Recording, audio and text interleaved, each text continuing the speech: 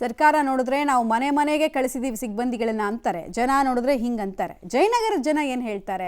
ಬೆಂಗಳೂರಿನ sophisticated area ಅಥವಾ ಸುಶಿಕ್ಷಿತರು ಹೆಚ್ಚಿರುವಂತಹ area ಅಂತ ಕರೆಸ್ಕೊಳ್ಳುತ್ತೆ. ಜಯನಗರದಲ್ಲಿ ಜಾತಿ ಗಣತಿ ಆಗಿದೆಯಾ?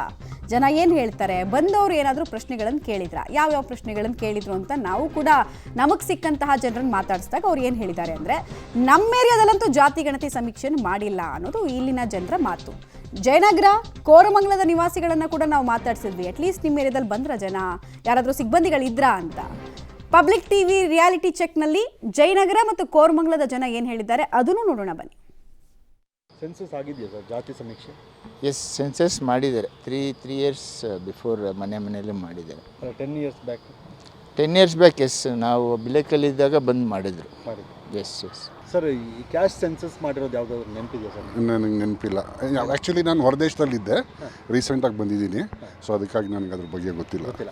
10 ವರ್ಷಗಳ ಹಿಂದೆ ಮಾಡಿರೋದು? ಹೌದು, ಇಲ್ಲ ಜ್ಞಾಪಕ ಇಲ್ಲ. ಈ ಜಾತಿ ಸಮೀಕ್ಷೆ ಮಾಡಿರೋದು ಅದೇನಾದರೂ ನೆನಪು? ಇಲ್ಲ, ಮಾಡೇ ಇಲ್ಲ. ಯಾರೂ ಬಂದಿಲ್ಲ, ಯಾರೂ ಕೇಳಿಲ್ಲ, ಯಾರೂ ನೋಡಿಲ್ಲ.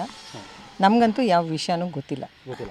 ಗಮನಿಸಿರ್ಬೋದು, ಚರ್ಚೆ ಆಗ್ತಿದೆ ಯಾವ್ಯಾವ ಜಾತಿಯವರು ಎಷ್ಟೆಷ್ಟು ಸಂಖ್ಯೆಯಲ್ಲಿದ್ದಾರೆ. ಸುಳ್ಳೇ ಅದು. ಮುಸ್ಲಿಮ್ಸೇ ಜಾಸ್ತಿ ಇದ್ದಾರಲ್ಲ ಅಲ್ಲಿ. ಹಿಂದೂಗಳು ಕಮ್ಮಿ ಇದ್ದಾರೆ, ಗೌಡ್ರದಂತೂ ತುಂಬ ಕಮ್ಮಿ ಮಾಡಿದ್ದಾರೆ, ಲಿಂಗಾಯತರು ಕಮ್ಮಿ ಆಗಿದ್ದಾರೆ, ಎಲ್ಲರದು ಕಮ್ಮಿ ಬಂದಿದೆ. ಅದನ್ನ ಹೇಗೆ ನಾವು ಒಪ್ಕೊಳ್ಳೋದು? ನಮ್ಗೆ ಬಂದು ಕೇಳೇ ಇಲ್ವಲ್ಲ. ಇದು ಸರಿ ಇಲ್ಲ, ಇದು ಮಾಡಿರೋದು. ನೆನಪಿಲ್ಲ ನಿಮಗೆ? ಇಲ್ಲ, ಬಂದೇ ಇಲ್ಲ. ಅಲ್ಲೇನು ಬಂದಿಲ್ಲ, ಯಾರು ಬಂದು ಮಾಡಿಲ್ಲ. ಏನೂ ಅದ್ರದ್ದು ವಿಷಯನೇ ನಮಗೆ ಗೊತ್ತಿಲ್ಲ.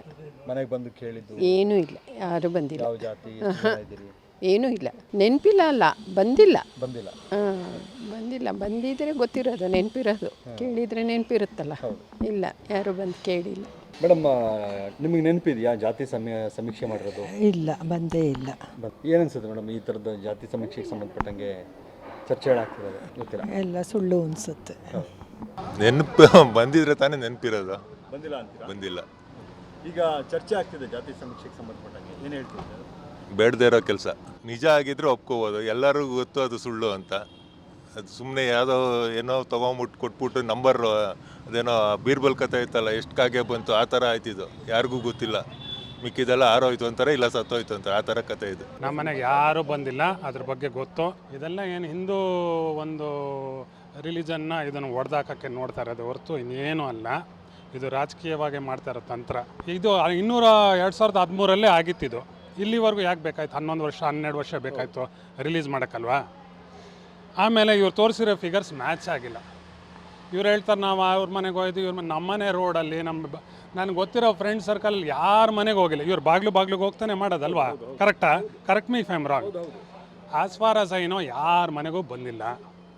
ಇದು ಯಾಕೆ ಮಾಡ್ತಾರೆ, ಏನು ಇವ್ರ ಉದ್ದೇಶ, ಏನು ಇವರು ಮೋಟಿವ್ ಅಂತಲೂ ಅರ್ಥ ಆಗಲ್ಲ. ಆ್ಯಂಡ್ ಅದು ಈ ಟೈಮಲ್ಲಿ ಆಗಲೇ ಸಾಕಷ್ಟು ಸಮಸ್ಯೆಗಳಿದೆ, ಅದ್ರ ಜೊತೆಗೆ ಇದು ಬೇರೆ ಬೇಕಾಯ್ತಾ? ಆ್ಯಂಡ್ ಫಿಗರ್ಸ್ ಅವ್ರು ಯಾರೋ ನೆನ್ನೆ ಹೇಳ್ತಾ ಇದ್ರು ಪ್ಯಾನಲಲ್ಲಿ, ಇವ್ರು AC ರೂಮಲ್ಲಿ ಕೂತ್ಕೊಂಡು ಬರೆದಿದ್ದಾರೆ ಅಂತ. ಇದ್ರ ಮೇಲೆ ನಾವು ಹೇಳೋದು, ಇದು ಹಿಂದೂ ಒಂದು ರಿಲಿಜನ್ನ ಒಡೆಯೋಕ್ಕೆ ಮಾಡಿರೋ ಒಂದು ಇದು ಸರ್ವೆ ಅಷ್ಟೇ, ಇನ್ನೇನು ಅಲ್ಲ.